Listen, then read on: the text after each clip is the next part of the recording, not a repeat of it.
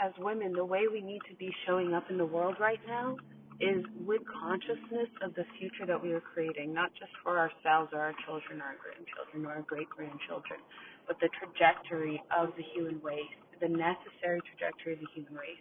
Currently on our previous trajectory, right, looking at previous choices, those choices lead to violence, destruction, imbalance,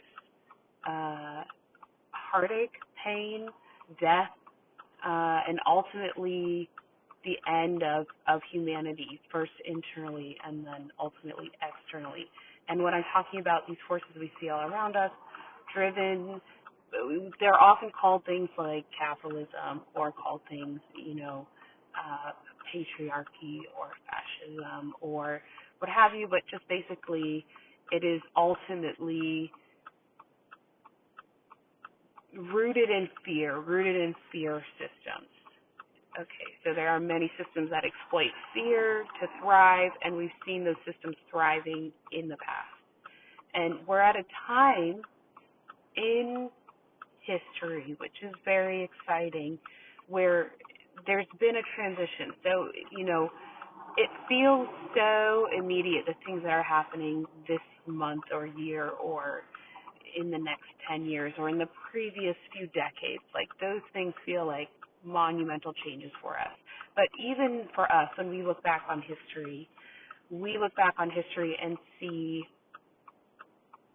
things in periods, right? We might look at periods of 100 years or longer when we're describing ancient history, right? And we'll describe cultural changes in that way. Okay, good. This is still recording. Wow, I was holding the button that whole time. Girl, you did not need to hold that button down. It's still recording. Okay. So we look at history in these broader ways.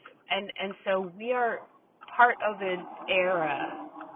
We are in the midst of an era that is larger than our own lifespans. And this era includes a shift. And that shift is bringing women more into the forefront, among other things. It gets more convoluted talking about the era you are currently in. So we'll leave that there. But on the note of women coming to the forefront more, as women become empowered, first within themselves, then within their spaces, right, their homes, communities, workplaces, politics, leadership, etc. All right. As women become empowered in all the levels of empowerment, spiritual empowerment, etc., then we find women acting on that power. And women act on power. And when I say women, this could be surmised in the feminine, people call it divine feminine,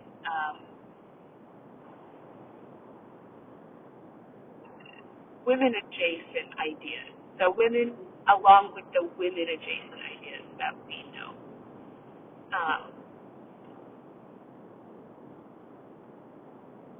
I digress.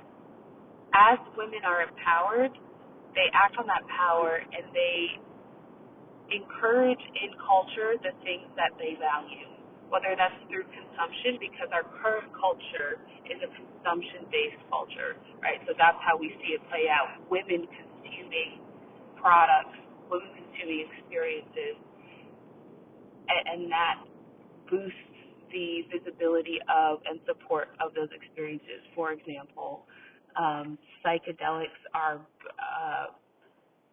in a realm of the general naturopathic trend that we see in a response to Western medicine, right? So that's like the naturopathic realm is more female coded, and so as women invest more in those things, we see those things thrive more in the culture. And that is one example in the realm of health, but you could explore this in many areas, right? This idea can be explored further. So as women are empowered, they encourage what they value in our culture, we are seeing that as consumption.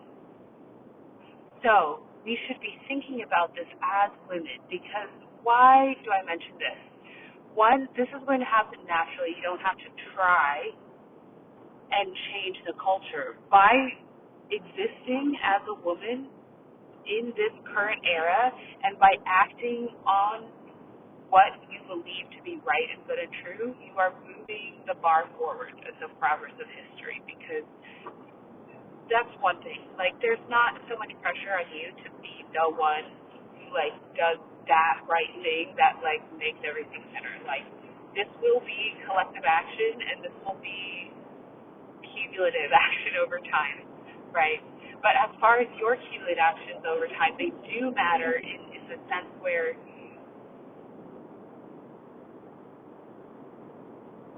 we truly have to reflect on what our values are and act within our value system. And I say that because the alternate temptation is to say, okay,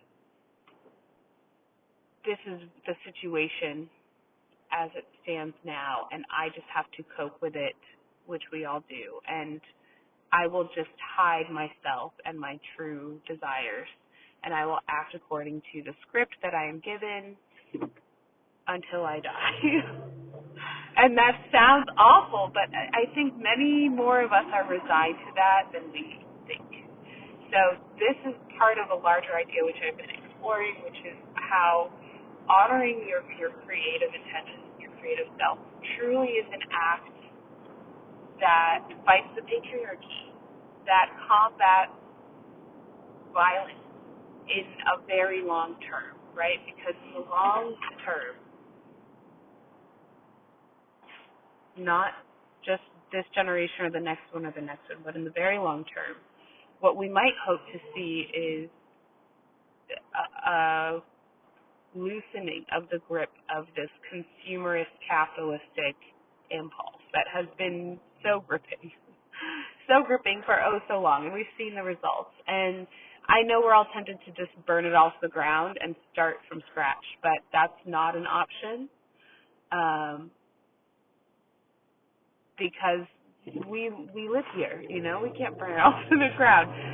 We are obligated to consume. We are obligated to participate in the engine of capitalism and patriarchy, even as we might see its flaws and want it changed. So what do? We do what we can. And one thing that you can do is to invest in the things you value. Find out what you value and invest in that. Okay? I said enough. We're done with that.